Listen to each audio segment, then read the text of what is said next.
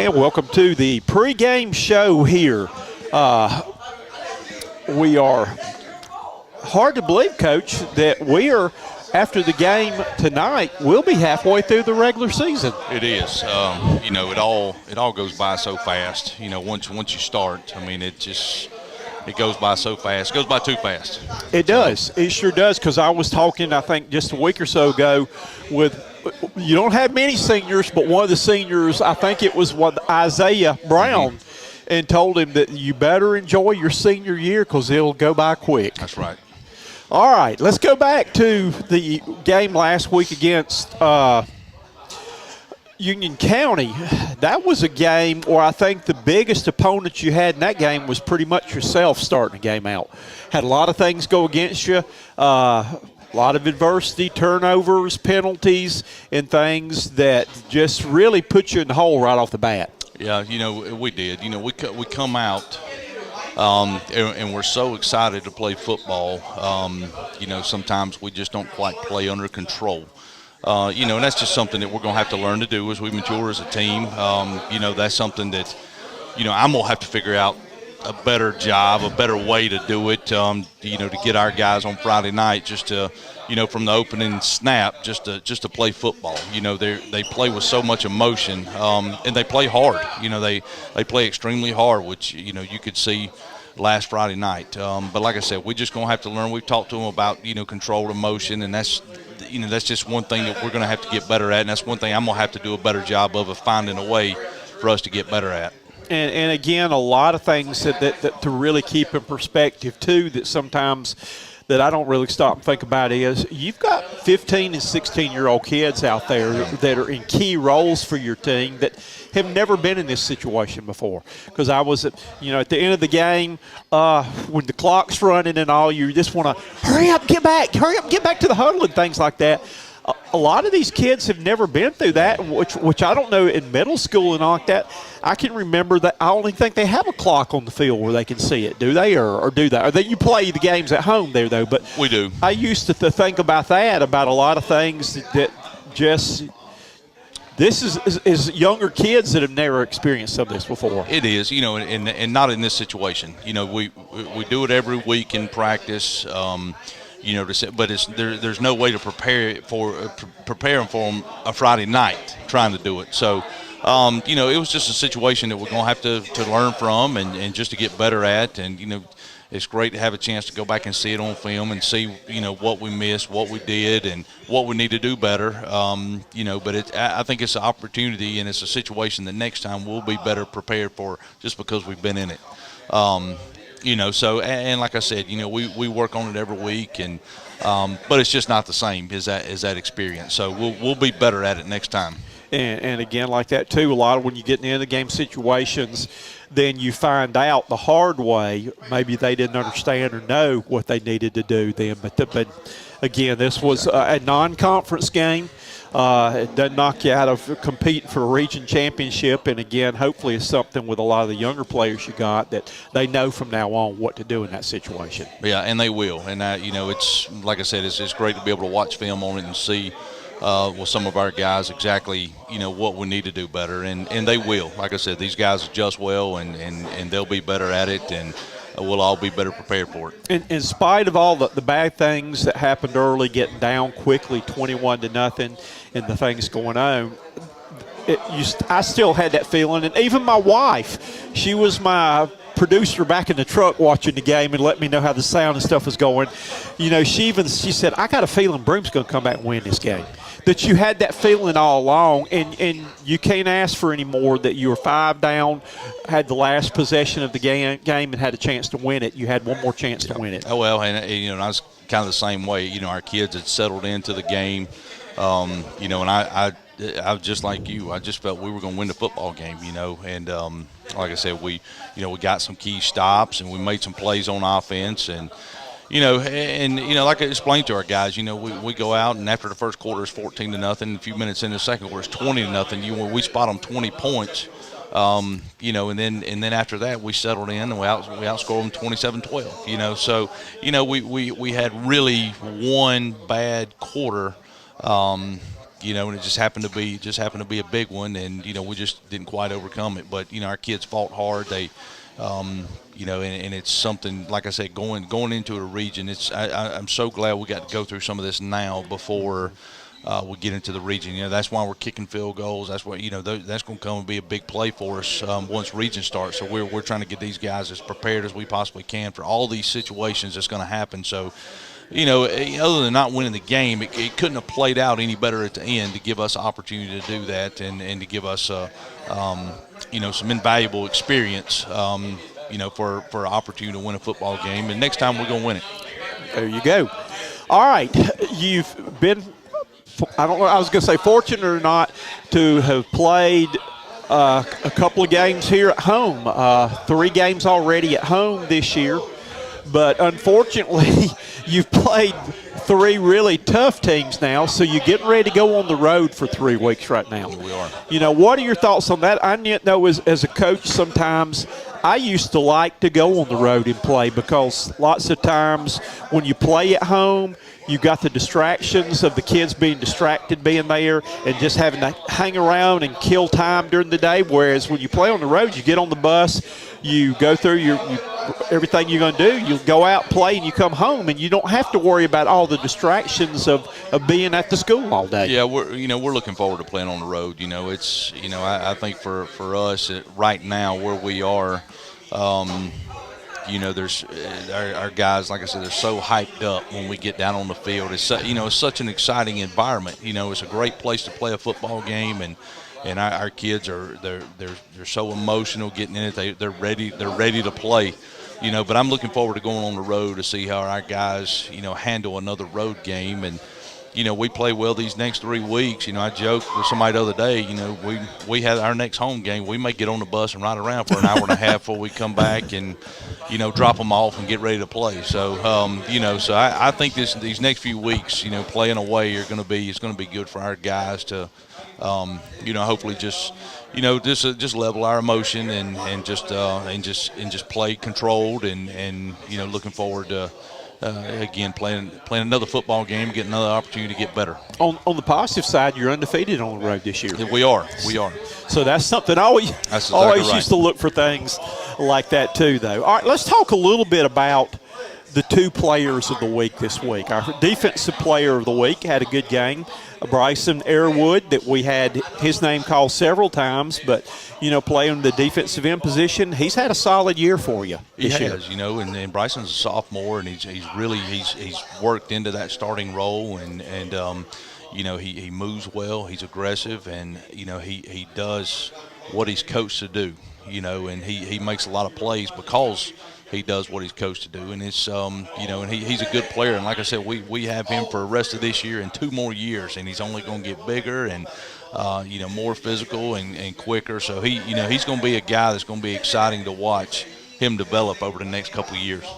And again, I know he wasn't a player of the week, but I was watching Stephen Odell over there with his pizza stacked about this high eating right there. Yep. I didn't realize how fast he was when he ran down that guy to save the touchdown saving tackle there. Yep. That, again, that's another young one you're going to have back too. Absolutely. Absolutely. All right, the youngest one that we're going to talk about next, I'd heard a lot about Jalen McGill, the J-Mac attack is what we call it there. But, again, he has stepped in this year. He's leading the team in rushing. He's leading the team in touchdowns. He's leading the team in all-purpose yards and pretty much about everything except for passing. Again, this is a true freshman who's leading the team. Talk a little bit about his play so far this year. Is this what you expected? If he's maybe been a little bit ahead of your expectations, or what are your thoughts on his play so far? I think we all knew what J-Mac was capable of. These guys have had him in youth league for the last several years, and we've had a chance to watch him grow. Me personally, I'm always very leery. He is only the 2nd true freshman I've ever had play for me on varsity football. You want to see how he handles it first. We put him out there in a couple of scrimmages and just see how things went, and he made it very obvious very quick that we weren't going to have any choice but to play him on varsity football. And He's just a young man. He's a good player. He's a smart kid. He's a good kid. He does things the right way in class. He does things the right way off the field. He works hard in the weight room.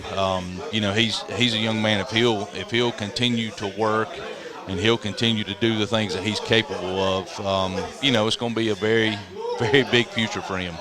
And again, it's very rare you have a freshman. I had 2 freshmen started for me when I coached, and one of them was Phil Petty, and the other one was Brooks Foster. And Brooks played on the national championship basketball team at University of North Carolina, was a 5th-round draft choice of the Rams. So they don't come along very often, though. They don't. But I know that he just seems to fit in so well with these kids. And just to me, sometimes you wonder physically about a kid being that young, though. But he can run over people. He can run by them, though.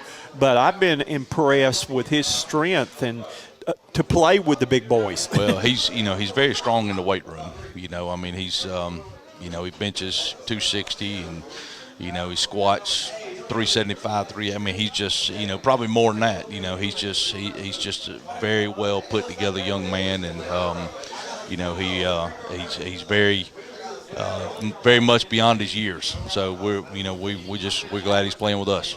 All right, before we move on to this week's game with Berea, I know it had to be a big moment for you on Friday night to be presented with the Shrine Bowl jacket and being in that. And again, I was explaining to my wife how big that is for a coach, because that is probably the ultimate. One of the ultimate things or honors is to get to coach in the Shrine Bowl. You've coached in the North-South, and I've coached in the North-South, and, that's something. I've got my North-South ring, one of my prized possessions of being the only coach at Bowling Springs, and male coach in any sport to coach in that. And that's something, a lot of pride, though. But, I'm proud for you and happy for you, because I know what an accomplishment that is, though. But just talk a little bit about that. Well, it's a huge honor. I mean, it really is, to be asked to be part of this, and to work on the staff that we're going to be working with. And, like you said, this is kind of, this is a big honor in a sense for, as I guess an individual award. So I'm looking forward to it. What's makes me even more proud is the fact that, the North-South and the Shrine Bowl that, I was representing Broome High School. That's, my home school. I mean, that's has me more proud than anything. And to get an opportunity to coach with Coach Hodge, who's another Broome alum, and my best friends growing up and still is, and what opportunity, So I'm excited about that, and we actually ride down together on, during the week to meet and stuff. So it's it's been a good experience, and it's a lot of work.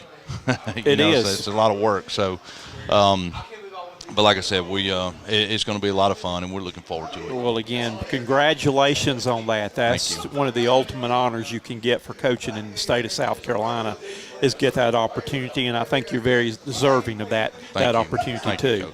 All right, Berea now. Let's talk a little bit about Berea. What have you seen on film with them? I know, they've kind of had ups and downs. They had a bumpy road last week against Wade Hampton, and a lot of people say that was Wade Hampton. Wade Hampton, that Coach Miller's got them playing better now after they finally got that monkey off the back of that long losing streak, but they have been a competitive team this year. They have, and Travis has done a great job over there. But as far as Berea, the first thing you notice about them is they're very athletic, and they're athletic at just about all the skill positions. They're athletic at quarterback. They have a running back that's talented, a couple wings that can go and make big plays for them at any time. They catch the ball well downfield. They're just an extremely athletic group, and offensively they're running the triple option. So kind of a Veers type option. So it's all out of the gun or pistol look, but it's going to be something that we're just going to have to be disciplined doing. Kind of going back to Chesney and.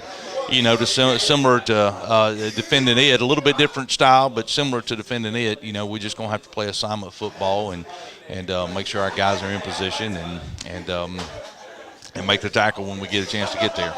All right, on defense, what will we see them running defensively? They're 3-5. They run a stack on defense, which is going to be something that we haven't seen. So it's something we've worked against this week. So they're going to have a nose and 2 tackles, and they're going to have 3 linebackers stacked behind them. And they do different things with their spurs. They're outside linebackers. They'll roll one back at safety over trips and then roll one up. So they do different things with those guys, but they like to bring pressure. That's what that 3-3's for. They're going to slant. They're going X. They're going to run about every blitz and stunt you can run out of it. So, it's going to be chaotic, and our guys just going to have to be able to handle it up front. Well, I asked special teams. I already asked Mason. I said, let me know, give me a heads up or something if you're planning on onside kicking to start the game this week, so I can make sure I got the camera zoomed in for you going right there, though. But he said he didn't find out that till right before kickoff the other night. Yeah, it's one of those things you just kind of have a feeling about, and you was hoping to get the ball in good field position, try to steal a possession, and give you guys a shot at scoring first. And unfortunately it didn't work out, but our defense went out there and got a stop, and which led to a special teams miscue. But it's just one of those things. Like I said, Mason's so comfortable doing it. He's done a good job. He's already recovered one this year, so we feel comfortable with him kicking about anywhere right now. Well, I know you got to feel good with your kicking game with Mason back there, and you've got that Noah's doing a good job punting the ball for you. He sure has. So if we can just keep him out of that temptation to want to tuck it and run, try to run over somebody on that, though. But, well, Coach, we look forward to getting back on the road this week where you're undefeated. This will be my first road game I get to go to. Oh, yeah, that's right. Year. So I didn't get to go to the last road game. I didn't think about that. But I look forward to seeing the Centurions get back on track again this coming Friday night. And good luck, and look forward to talking to you after the game. Coach, thank you very much. Thank you.